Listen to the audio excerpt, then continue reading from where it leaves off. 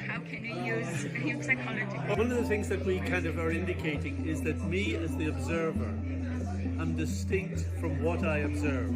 Correct. So that's not just things outside of me. I can even look at my body and think, is this me? But also I can observe my thoughts. Correct. They come into view, I look at them, hear them, Yes. feel them, Yes. and then they move on and something else comes. So the conscious bit is that observer, experiencer of what is in the mind. Now, the mind is a tricky little character. Why? Why?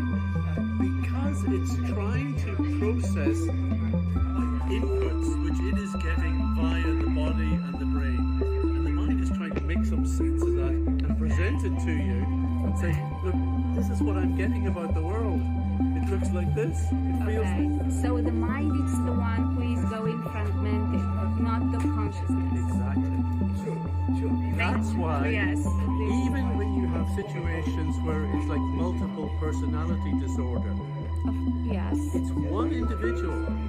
It's still one patient. Okay. The self thinking, I am getting inputs like this, and that feels a different me from this input. So that feels a different me. It's when we identify with the messaging we're getting, and Okay. the mind is offering different types. When they cut the corpus callosum, often that happens. The different parts, sides of the brain. The mind is interpreting things differently from each of them. So giving the sense, it's giving the Giving the sense. sense that there's two messages coming to me, and therefore I'm having to make sense of when I hear this sense. Which to believe. Which to believe, or which is me, which is well, is that my desire, or do I really feel like that? Who's extracting the final decision? Who is extracting? But your patient is the one experiencer who's feeling discomfort because they're getting two messages. Okay. So between 2 or 3 messages, Three sometimes messages it's or more, sometimes multiple. more. Yeah, Yes, multiple. So we can have a multiple mind, fragmented, and somebody has to decide who is to unify this mind.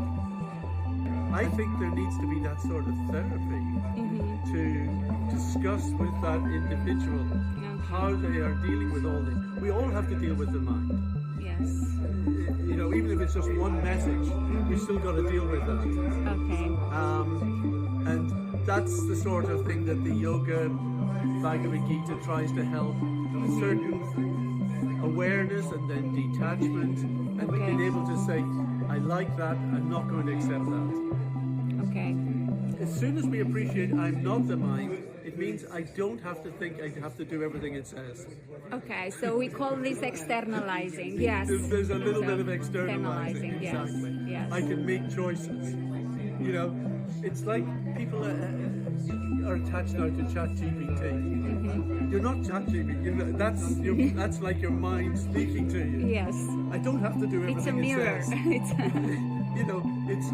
It's trying to kind of absorb everything I've talked to it in the past, and that's what our minds are trying to do. It's taking everything about our past and feeding it to us, not just from this life, actually, probably from previous lives as well.